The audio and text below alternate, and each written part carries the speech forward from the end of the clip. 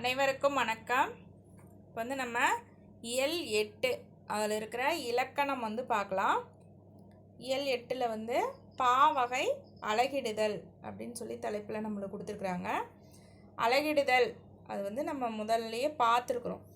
இப்போ ஒரு தரம் அப்படியே கவனிச்சுக்கோங்க. இப்போ இந்த புத்தகத்தில் இருக்கிறது அப்புறம் பார்க்கலாம். இப்போ கவனிங்க. இதை யாப்பிலக்கணம் அப்படின்னு சொல்லி தலைப்பு.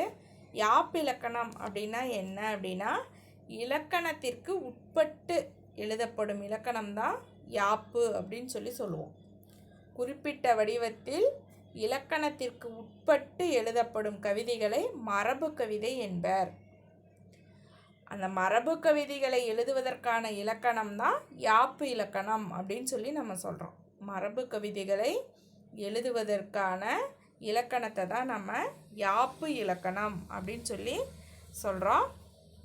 இந்த யாப்பு இலக்கணத்தோட உறுப்புகள் எத்தனை இருக்குது அப்படின்னு சொன்னால் 6. யாப்பு இலக்கணத்தின் உறுப்புகள் எத்தனை அப்படின்னு சொன்னால் 6. என்னென்ன அது அப்படின்னு சொன்னால், எழுத்து, அசை, சீர், தலை, அடி, தொடை அப்படின்னு சொல்லி 6 வகைப்படும். யாப்பிலக்கணத்தின் படி செயலுக்குரிய உறுப்புகள் எத்தனை அப்படின்னு சொன்னால் 6. அது எழுத்து, அசை, சீர், தலை, அடி, தொடை அப்படின்னு சொல்லி கொடுத்துருக்குறோம். முன்ன வகுப்பில் உங்களுக்கு 9ஆம் வகுப்பில் இயல் 8ல் யாப்பிலக்கணம் அப்படிங்கிற தலைப்பில் விரிவாக கொடுத்துருக்குறாங்க. நீங்கள் சென்ற வருடமே படிச்சிருக்கிறீங்க. அது இன்னொரு தடவை ஞாபகப்படுத்தி பார்த்துக்குங்க. 9ஆம் வகுப்பு புத்தகம் இருந்துச்சுன்னா அதை எடுத்து ஒரு தடவை நல்லா தெளிவாக படித்து பாருங்கள். இதில் எழுத்து, இப்போ எழுத்து, அசை, சீர், தலை, அடி, தொடை அப்படின்னு சொல்கிறோம். அதில் எழுத்து அப்படின்னு சொன்னால், யாப்பு இலக்கணத்தின்படி எழுத்துக்கள் எத்தனை வகை அப்படின்னு சொன்னால் 3 வகைப்படும். என்னென்னது அப்படின்னா, குறில், நெடில், ஒற்று அப்படின்னு சொல்லி 3 வகைப்படும். குறில், நெடில், ஒற்று அப்படின்னு சொல்லி. குறிலில் உயிர் குறில் இருக்குது, உயிர்மெய் குறில் இருக்குது. நெடிலில் உயிர் நெடில் இருக்குது, உயிர்மெய் நெடில் இருக்குது.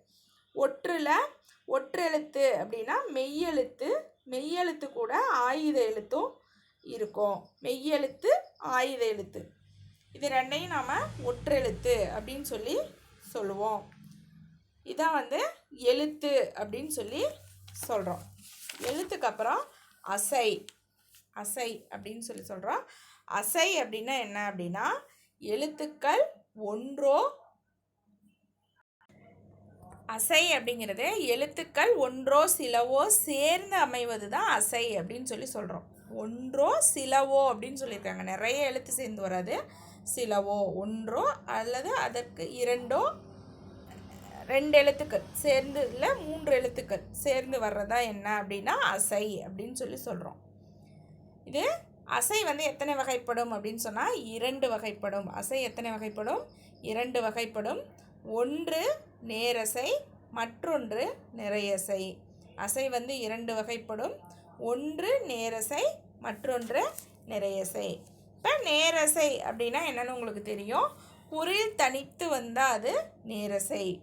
குறில் எழுத்தும் ஒற்றெழுத்தும் சேர்ந்து வந்துருந்துச்சுன்னா அது நேரசை. நெடில் தனித்து வந்துருந்துச்சுன்னா நேரசை. நெடில் கூட ஒற்றெழுத்து சேர்ந்து வந்துருந்துச்சுன்னா நேரசை அப்படின்னு சொல்லுவாங்க. நிறையசை அப்படிங்கிறது இரு குறில் இணைந்து வந்துருந்துச்சுன்னா அது நிறையசை. இரு குறில் இணைந்து வந்துருந்துச்சுன்னா நிறையசை. இரு குறில் இணைந்து ஒரு ஒற்றெழுத்து வந்துருந்துச்சுன்னா அது நிறையசை. குறில் நெடில் இணைந்து வந்துருந்துச்சுன்னா அது நிறையசை. குறிலுக்கு அப்புறம் நெடில் வந்திருக்கணும். நெடிலுக்கு அப்புறம் குறில் வராது. இங்கே நல்லா நீங்கள் தெரிஞ்சுக்கணும் தெளிவாக. குறிலுக்கு அப்புறம் நெடில் வரணும். குறில் நெடில் இணைந்து வந்திருக்கிறது.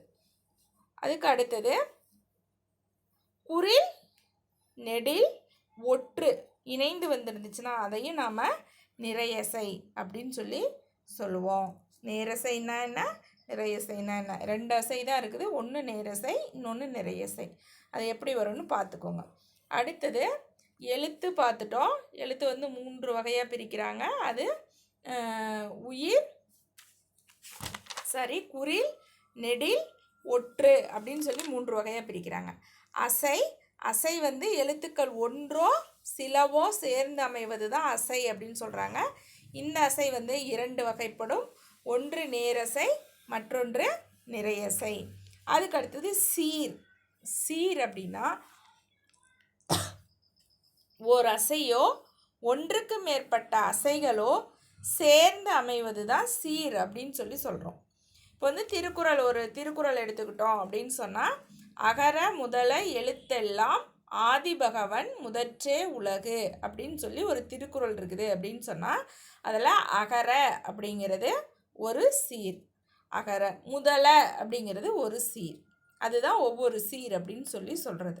அப்போ ஒரு அசையோ ஒன்றுக்கு மேற்பட்ட அசைகளோ சேர்ந்து அமைவது தான் சீர்னு நம்ம சொல்கிறோம். அதில் ஓரசைச்சீர், ஈரசைச்சீர், மூவசைச்சீர், நாலசைச்சீர் அப்படின்னு சொல்லி சீர் வந்து 4 வகைப்படும் அப்படின்னு சொல்லி சொல்கிறோம்.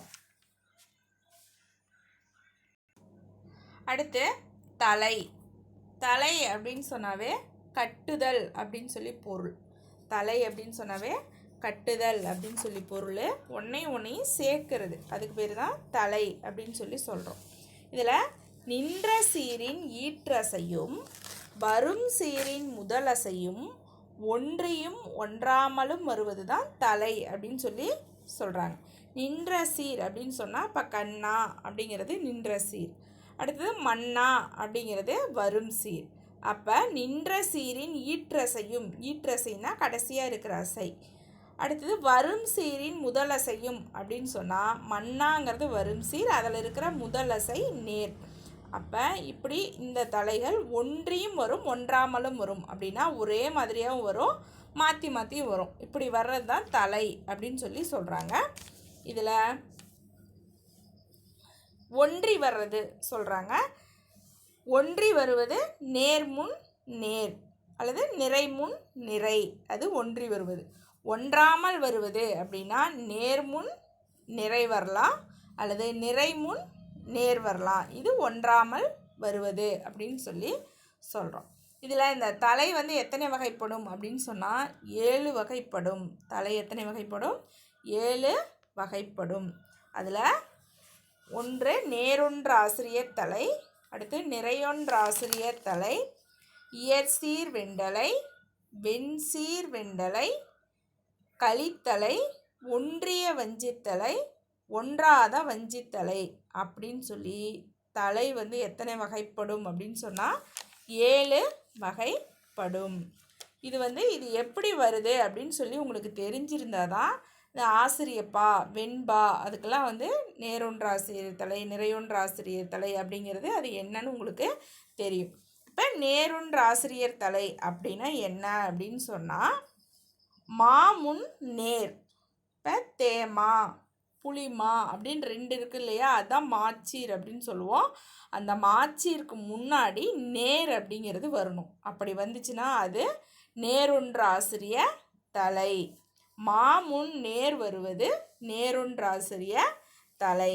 இப்போ பாரி அப்படிங்கிறத பிரித்து எழுதுகிறோம். பா நெடில் தனியாக வந்திருந்தா நேர், குறில் தனித்து வந்திருக்குது நேர். அப்போ இது என்னது? நேர் நேர் தேமா. இந்த தேமாவுக்கு அடுத்ததாக என்ன வந்திருக்குது? நேர் அப்படிங்கிற சீர் வந்திருக்குது. இப்படி வந்துருந்துச்சுன்னா இது நேரொன்று ஆசிரிய தலை அப்படின்னு சொல்லுவாங்க. என்னன்னு சொல்லுவாங்க அப்படின்னா நேரொன்று ஆசிரிய தலை. அதுக்கு அடுத்தது நிறையொன்று ஆசிரியர் தலை. நிறையொன்று ஆசிரியர் தலை அப்படின்னு சொன்னால் விளமுன் நிறை அப்படின்னு சொல்கிறது. இப்போ மாச்சீர் அப்படின்னா தேமா புளிமா, விளைச்சீர் அப்படின்னா கருவிலம் கூவிலம், அதான் விளைச்சீர் அப்படின்னு சொல்லுவோம். அப்போ கருவிலத்துக்கு அப்புறம் நிறை வந்திருக்கணும், அடுத்து கூவிலத்துக்கு அப்புறம் நிறை வந்திருக்கணும். அப்படி வந்துருந்துச்சுன்னா அது என்ன அப்படின்னு சொன்னால் நிறையொன்று ஆசிரியர் தலை அப்படின்னு சொல்லி அதை சொல்லுவோம். அது என்னன்னு சொல்லுவோம்? நிறையொன்று ஆசிரியர் தலை அப்படின்னு சொல்லிட்டு. அடுத்தது இயற்சீர் வெண்டலை அப்படின்னு சொல்கிறது. இயற்சீர் வெண்டலை அப்படின்னு சொன்னால் மாமுன் நிறை வந்திருக்கும், விளமுன் நேர் வந்திருக்கும். இதுதான் என்ன அப்படின்னு சொன்னால் இயற்சீர் வெண்டலை. இப்போ அகர அப்படிங்கிறதுல இங்கே என்ன வந்திருக்கு? விலமுன் நிறை வந்திருக்குது. அதுக்கு அடுத்தது நிலவரை நீல் புகழ் அப்படிங்கிறதுல விலமுன்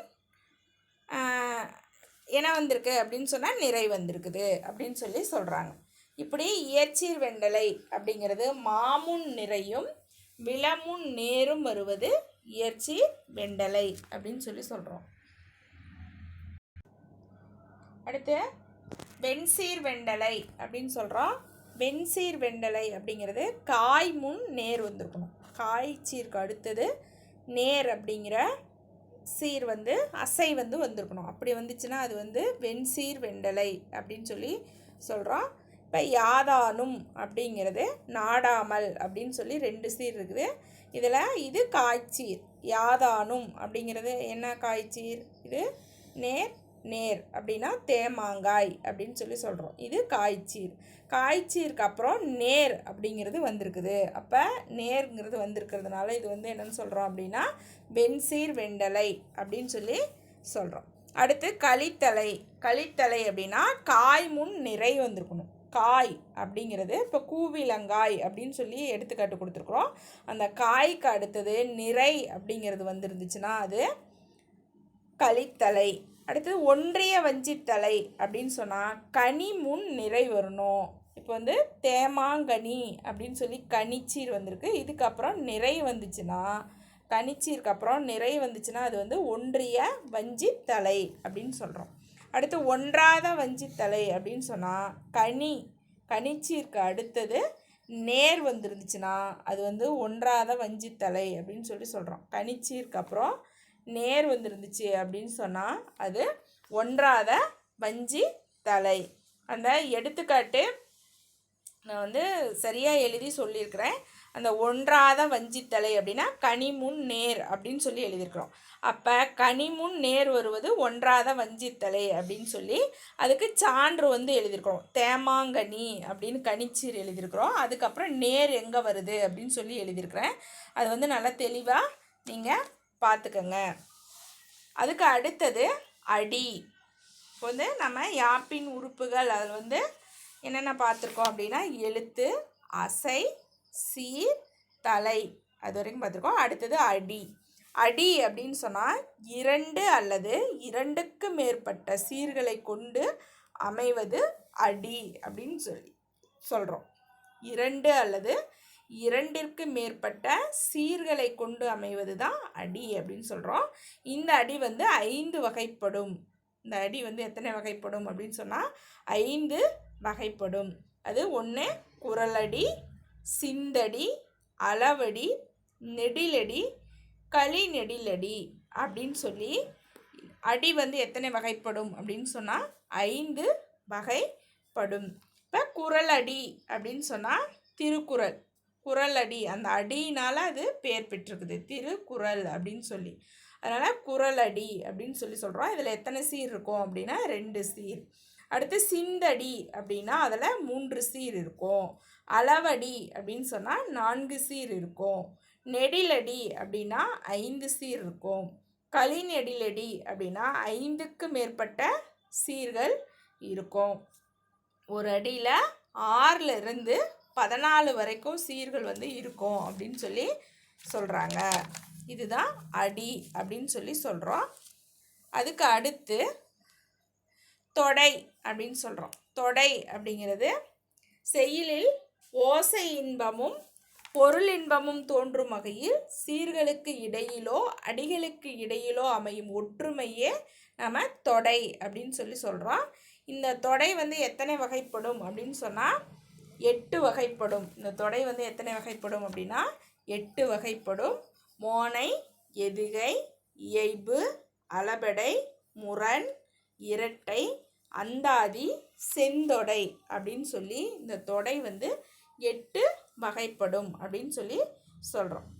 இது தொடை 8 வகைப்படும். முதல் எழுத்து ஒன்றி வருவது மோனை, இரண்டாம் எழுத்து ஒன்றி வருவது எதுகை, இறுதி எழுத்து ஒன்றி வருவது இயைபு. அந்தாதி அப்படிங்கிறது ஒரு பாடலோட இறுதிச்சீர் அல்லது அடியோட இறுதி பகுதி அடுத்த பாடலின் முதல் சீராக அமைந்து பாடுவது அந்தாதி அப்படின்னு சொல்லுவோம். முரண் அப்படின்னு சொன்னால் முரண்பட்டு சொல்கிறது, எதிர்ச்சொல்லாக அமைஞ்சு சொல்கிறது முரண் அப்படின்னு சொல்லி ஒவ்வொன்றுக்கும் சொல்லுவாங்க. இது தொடை 8 வகைப்படும் அப்படின்னு சொல்கிறோம். அதுக்கு அடுத்தது பா அதுக்கு அடுத்தது என்ன சொல்கிறோம் அப்படின்னா பா அப்படின்னு சொல்கிறோம். இந்த பா தான் எத்தனை வகை, பா எத்தனை வகைப்படும் அப்படின்னு சொன்னால் 4 வகைப்படும். பா எத்தனை வகைப்படும்? 4 வகைப்படும். ஒன்று வெண்பா, ஆசிரியப்பா, கலிப்பா, வஞ்சிப்பா அப்படின்னு சொல்லி பா 4 வகைப்படும். வெண்பாவிற்குரிய ஓசை என்ன அப்படின்னா செப்பல் ஓசை. வெண்பாவிற்குரிய ஓசை செப்பல் ஓசை. ஆசிரியப்பாவிற்குரிய ஓசை அகவல் ஓசை. ஆசிரியப்பாவிற்குரிய ஓசை அகவல் ஓசை. கலிப்பாவிற்குரிய ஓசை துள்ளல் ஓசை. கலிப்பா துள்ளல் ஓசை. அடுத்து வஞ்சிப்பா தூங்கல் ஓசை. வஞ்சிப்பாவிற்குரிய ஓசை தூங்கல் ஓசை அப்படின்னு சொல்கிறோம். இது நல்லா நீங்கள் பா வகைகள் 4ம் அந்த பா வகைகளுக்கு என்ன ஓசை வரும் அப்படிங்கிறதும் நல்லா தெளிவாக ஞாபகமாக வச்சுக்கோங்க.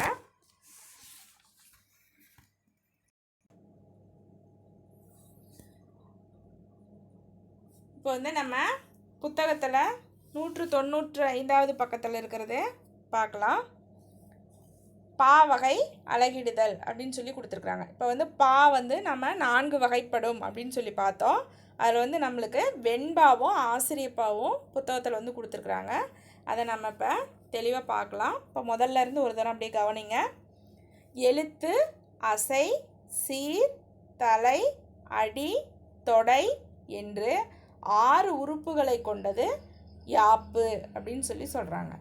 எழுத்து, அசை, சீர், தலை, அடி, தொடை அப்படின்னு சொல்லி. இப்போ எழுத்து அப்படிங்கிறது குறில், நெடில், ஒற்று அப்படின்னு 3 வகைப்படும் அப்படின்னு பார்த்தோம். அசைங்கிறது 2 வகைப்படும் அப்படின்னு பார்த்தோம். நேரசை, நிறையசை அப்படின்னு 2 வகைப்படும் அப்படின்னு பார்த்தோம். சீர் அப்படிங்கிறது அசைகள் ஒன்றோ பலவோ சேர்ந்து வருவது சீர் அப்படின்னு பார்த்தோம். இது 4 வகைப்படும். ஓரசைச்சீர், ஈரசைச்சீர், மூவசைச்சீர், 4 அசைச்சீர் அப்படின்னு 4 அசைச்சீர் வரைக்கும் இருக்குது அப்படின்னு பார்த்தோம். அதுக்கு அடுத்தது தலை. தலை எத்தனை வகைப்படும் அப்படின்னு பார்த்தோம் அப்படின்னு சொன்னால் 7 வகைப்படும். தலை 7 வகைப்படும் அப்படின்னு பார்த்தோம். அதில் என்னென்ன அப்படின்னு சொன்னால் நேரொன்ற ஆசிரியர் தலை, நிறையொன்ற ஆசிரியர் தலை, இயற்சீர் வெண்டலை, வெண்சீர் வெண்டலை, கலித்தலை, ஒன்றிய வஞ்சித்தலை, ஒன்றாத வஞ்சித்தலை அப்படின்னு தலை 7 வகைப்படும் அப்படின்னு பார்த்தோம். அடுத்து அடி. அடி 5 வகைப்படும் அப்படின்னு பார்த்தோம். 2 அல்லது 2ற்கு மேற்பட்ட சீர்களை கொண்டு அமைவது தான் அடி அப்படின்னு பார்த்தோம். அதில் குரலடி, சிந்தடி, அளவடி, நெடிலடி, களி நெடிலடி அப்படின்னு அடி 5 வகைப்படும் அப்படின்னு பார்த்தோம். அதுக்கு அடுத்தது தொடை. தொடை 8 வகைப்படும் அப்படின்னு பார்த்தோம். செய்யுளில் ஓசை இன்பமும் பொருள் இன்பமும் தோன்றும் வகையில் அமையிறது தான் என்ன அப்படின்னு பார்த்தா தொடை அப்படின்னு சொல்லுவோம். இந்த தொடை 8 வகைப்படும் அப்படின்னு பார்த்தோம். மோனை, எதுகை, இயைபு, முரண், அந்தாதி, செந்தொடை அப்படின்னு பார்த்தோம். மோனை, எதுகை, இயைபு, அளபடை, முரண், இரட்டை, அந்தாதி, செந்தொடை அப்படின்னு தொடை 8 வகைப்படும் அப்படின்னு பார்த்தோம். இதெல்லாம் முன்ன வகுப்புலேயே இருக்குது. அதில் இன்னொரு தடவை நீங்கள் தெளிவாக படித்து பார்த்துக்கோங்க. அதுக்கு அடுத்தது வெண்பா, ஆசிரியப்பா, கலிப்பா, வஞ்சிப்பா என 4 வகை பாக்கள் உள்ளன. யாப்பின் உறுப்புகள் குறித்து கடந்த ஆண்டில் கற்றதை நினைவுபடுத்தி கொள்ளுங்கள். பாக்களுக்குரிய ஓசைகளை பற்றி முதலில் அறிந்து கொள்வோம். பாக்களை ஓசைகளை கொண்டே அறியலாம். ஒவ்வொரு பாவும் ஓசையால் வேறுபட்டது. ஓசையானது செப்பல், அகவல், துள்ளல், தூங்கல் என 4 வகைப்படும். செப்பலோசை. செப்பலோசை வெண்பாவிற்குரியது. செப்பலோசை வந்து வெண்பாவிற்கு உரியது. அறம் கூறும் குறளும் நாலடியாரும் வெண்பாவில் அமைந்துள்ளன. நம்மளுக்கு செப்பலோசையில் அமைந்திருக்கிறது திருக்குறள். அது வந்து ஞாபகம் வச்சுக்கோங்க. செப்பலோசை வெண்பாவிற்கு உரியது. அறம் கூறும் திருக்குறளும் நாலடியாரும் வந்து செப்பலோசையில் அமைந்திருக்குது அப்படின்னு சொல்லி சொல்கிறாங்க. அடுத்தது அகவல் ஓசை. அகவல் ஓசை ஆசிரியப்பாவிற்கு உரியது. அகவல் ஓசை ஆசிரியப்பாவுக்கு உரியது. இலக்கண கட்டுக்கோப்பு குறைவாகவும் கவிதை வெளியீட்டுக்கு எளியதாகவும் இருப்பது அகவற்பா என்னும் ஆசிரியப்பா. சங்க இலக்கியங்களும் சிலப்பதிகாரம், மணிமேகலை, பெருங்கதை ஆகிய காப்பியங்களும் அகவற்பாவில் அமைந்தவை. இதெல்லாம் அகவற்பாவில் அமைந்திருக்குது அப்படின்னு சொல்கிறாங்க. அகவல் ஓசை வந்து ஆசிரியர்பாவுக்கு உரிய ஓசை. இது வந்து இலக்கண கட்டுக்கோப்பு குறைவாகவும் கவிதை வெளியீட்டுக்கு எளிதாகவும் இருக்கும். இது வந்து அகவற்பா அப்படின்னு அழைப்பாங்க. ஆசிரியர்பாவிற்கு வேறு பெயர் அகவற்பா அப்படின்னு சொல்லுவோம். இது வந்து எந்தெந்த நூல்களில் இருக்குது அப்படின்னு சொன்னால் சங்க இலக்கியங்கள். சங்க இலக்கியங்கள் அப்படின்னு சொன்னாவே 8 தொகை 10 பாட்டு அப்படின்னு சொல்லுவோம். அந்த சங்க இலக்கியங்களும் சிலப்பதிகாரம், மணிமேகலை, பெருங்கதை ஆகிய காப்பியங்களும் அகவற்பாவில் அமைந்தவை அப்படின்னு சொல்கிறாங்க. அதுக்கடுத்தது துள்ளல் ஓசை. செய்யலில் இடையிடையே உயர்ந்து வருவது துள்ளல் ஓசை. இது கலிப்பாவுக்கு உரியது. கலிப்பாவிற்குரிய ஓசை வந்து என்ன அப்படின்னா துள்ளல் ஓசை. இது வந்து செய்யலில் இடையிடையே உயர்ந்து வருவது துள்ளல் ஓசை அப்படின்னு சொல்கிறாங்க. அதுக்கடுத்தது தூங்கல் ஓசை. தூங்கல் ஓசை வஞ்சிப்பாவுக்கு உரியது. தூங்கல் ஓசை வந்து வஞ்சிப்பாவிற்கு உரியது. முன் வகுப்பில் கற்ற 7 வகை தலைகளையும் நீங்கள் நினைவு கூறுதல் நல்லது. அதான் முன்னே நம்ம உங்களுக்கு நோட்டில் எழுதி காமிச்சிருக்கிறேன். அதை வந்து நல்லா தெளிவாக படித்து பார்த்துக்குங்க. தலை வந்து 7 வகைப்படும். என்னென்ன அது அப்படின்னு சொல்லிட்டு. அடுத்தது பா வகைகள். குறள் வெண்பா, சிந்தியல் வெண்பா, நேரிசை வெண்பா, இன்னிசை வெண்பா, பற்றொடை வெண்பா என்று 5 வகை வெண்பாக்கள் உள்ளன. பாக்கள் வந்து 4 வகைப்படும். அது வெண்பா, ஆசிரியப்பா, கலிப்பா, வஞ்சிப்பா அப்படின்னு அதில் வெண்பா வந்து எத்தனை வகைப்படும் அப்படின்னு கேட்டால் வெண்பா 5 வகைப்படும். அது என்னென்ன அப்படின்னு கேட்டால் குறள் வெண்பா, சிந்தியல் வெண்பா, நேரிசை வெண்பா, இன்னிசை வெண்பா, பற்றொடை வெண்பா அப்படின்னு வெண்பா 5 வகைப்படும். அடுத்து ஆசிரியப்பா வந்து 4 வகைப்படும் அப்படின்னு சொல்கிறாங்க. ஆசிரியப்பா எத்தனை வகைப்படும்? 4 வகைப்படும். என்னென்ன அது அப்படின்னு சொன்னால் நேரிசை ஆசிரியப்பா, இணைக்குறள் ஆசிரியப்பா, நிலைமண்டில ஆசிரியப்பா, அடிமறி மண்டில ஆசிரியப்பா என 4 வகை ஆசிரியப்பாக்கள் உள்ளன.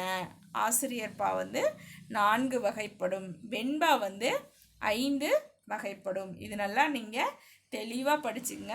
இதில் யாப்போட உறுப்புகள் என்னென்ன, பா எத்தனை வகைப்படும், அவை யாவை, அப்போ பாக்களுக்குரிய ஓசை என்னென்ன, அந்த ஓசை எந்தெந்த செய்யுளுக்கெல்லாம் அந்த ஓசை வந்து இருக்குது அப்படிங்கிறது, வெண்பா வந்து எத்தனை வகைப்படும் அவையாவை, ஆசிரியப்பா எத்தனை வகைப்படும் அவையாவை, இதெல்லாம் இதில் இருக்குது. அதெல்லாம் வந்து நீங்கள் தெளிவாக வந்து இதை படித்து பாருங்கள். அடுத்தது இனி வெண்பா, ஆசிரியப்பா ஆகியவற்றின் பொது இலக்கணத்தை அட்டவணையில் காணலாம் அப்படின்னு சொல்லியிருக்கிறாங்க. இதில் நீங்கள் வெண்பாவை முதல்ல படிச்சுக்கோங்க. அடுத்தது ஆசிரியப்பா அது வந்து படிங்க. இப்போ ஓசை அப்படின்னு கொடுத்துருக்காங்க. வெண்பாவுக்கு வந்து என்ன ஓசை அப்படின்னா உங்களுக்கே தெரியும், செப்பல் ஓசை. வெண்பாவிற்கு என்ன ஓசை? செப்பல் ஓசை. அதுக்கு அடுத்தது சீர் வந்து ஈற்றடி முச்சீராகவும் ஏனைய அடிகள் நாற்சீராகவும் வரும். இயற்சீர் வெண்சீர் மட்டுமே பயின்று வரும் அப்படின்னு சொல்கிறாங்க. ஈற்றடி முச்சீராகவும். இப்போ நீங்கள் இதுக்கு திருக்குறள் ஞாபகம் வச்சுக்கணும். இப்போ ஒரு திருக்குறளை நீங்கள் ஞாபகம் வச்சுக்கணும்.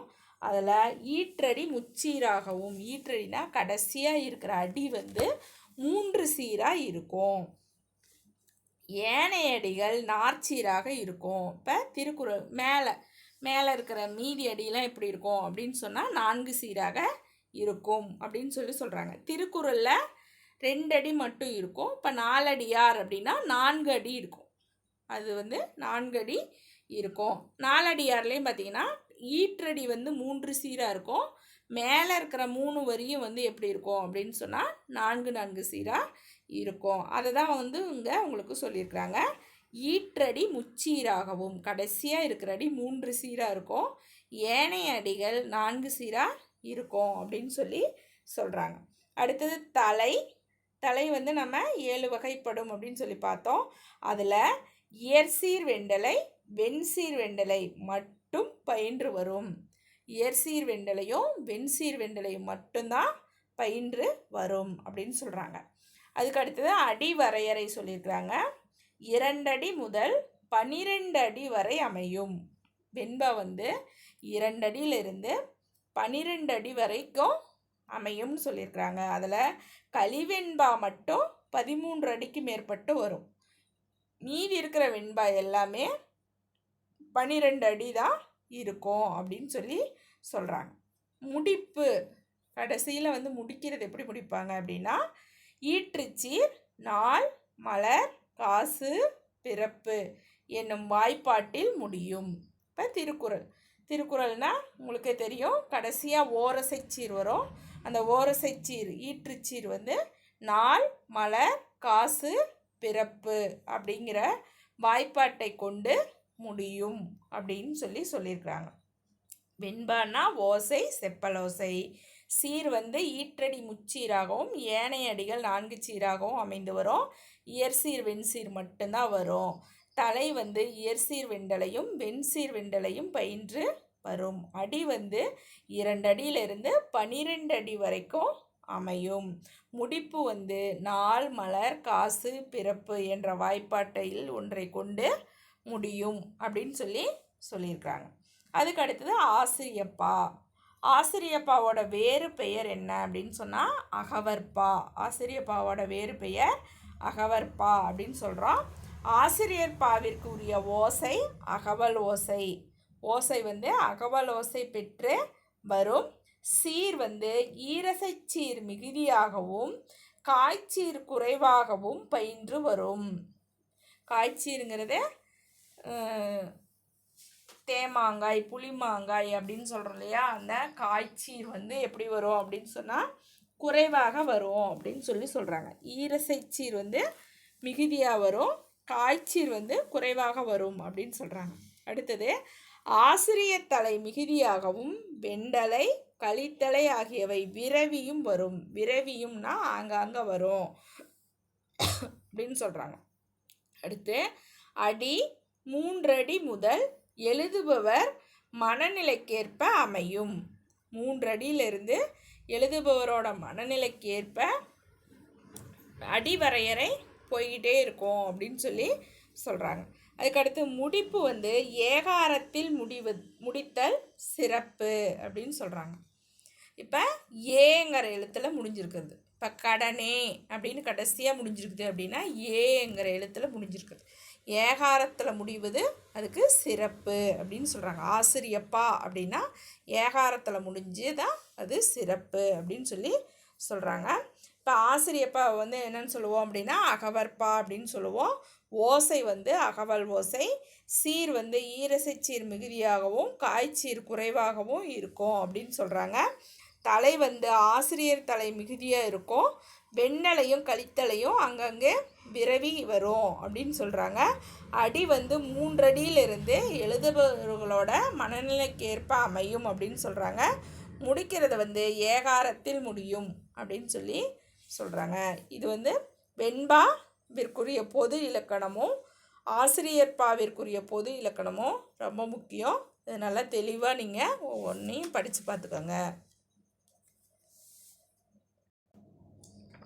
இப்போ வெண்பா வந்து நம்ம பார்த்தோம். வெண்பா வந்து 5 வகைப்படும் அப்படின்னு பார்த்தோம். குறள் வெண்பா, சிந்தியல் வெண்பா, நேரிசை வெண்பா, இன்னிசை வெண்பா, பற்றொடை வெண்பா அப்படின்னு சொல்லி அதில் மேற்சொன்னவற்றுள் குறள் வெண்பாவின் இலக்கணத்தையும் அழகிடும் முறையினையும் தெரிந்து கொள்வோம் அப்படின்னு சொல்லியிருக்கிறாங்க. குறள் வெண்பா அப்படின்னாவே திருக்குறள் அப்படின்னு தான் பொருள். அது வந்து அந்த அமையப்பெற்ற பாவால பெயர் பெற்ற இலக்கியம் அப்படின்னு சொல்லி திருக்குறளை வந்து சொல்லுவோம். அது வந்து குறள் அடியாக இருக்கிறதுனால தான் அதுக்கு வந்து குறள் அப்படின்னு பேர் வந்துச்சு. மேன்மை பொருந்திய அதிகாரம் அப்படிங்கிறதுனால திருக்குறள் அப்படின்னு சொல்லி அதுக்கு பேர் வந்துச்சு. குறள் வெண்பா என்பது வெண்பாவின் பொது இலக்கணம் அமையப்பெற்று 2 அடிகளாய் வரும். முதலடி 4 சீராகவும் 2ஆம் அடி 3 சீராகவும் வரும் அப்படின்னு சொல்கிறாங்க. முதலடி 4 சீராகவும். இப்போ வந்து உங்களுக்கு இந்த திருக்குறள் கொடுத்துருக்காங்க பாரு. உலகத்தோடொட்ட ஒழுகல் பல கற்றும் கல்லார் அறிவிலாதார் அப்படின்னு சொல்லி கொடுத்துருக்காங்களா. இதில் முதலடி 4 சீராகவும், முதல் அடி அப்படின்னா முதல் வரி அப்படின்னு ஞாபகம் வச்சுக்கோ. அந்த முதல் வரி வந்து உலகத்தோ அப்படிங்கிறது ஒரு சீர். அதுக்கு அடுத்தது தொட்ட அப்படின்னு ஒட்ட அப்படிங்கிறது தான் சேர்த்து கொடுத்துருக்காங்க. அப்படி தொட்ட அப்படின்னா 2வது சீர், ஒழுகல் அப்படிங்கிறது 3வது சீர், பலக்கற்றும் அப்படிங்கிறது 4வது சீர். இது ஒரு அடியாக வந்திருக்குது. அதுக்கடுத்து கல்லார் அப்படிங்கிறது ஒரு சீர், அறிவிலா அப்படிங்கிறது 2வது சீர், தாருங்கிறது 3வது சீர். இது 3ம் வந்து இப்போ மொத்தம் திருக்குறளில் 7 சீர் வந்து இருக்கும்.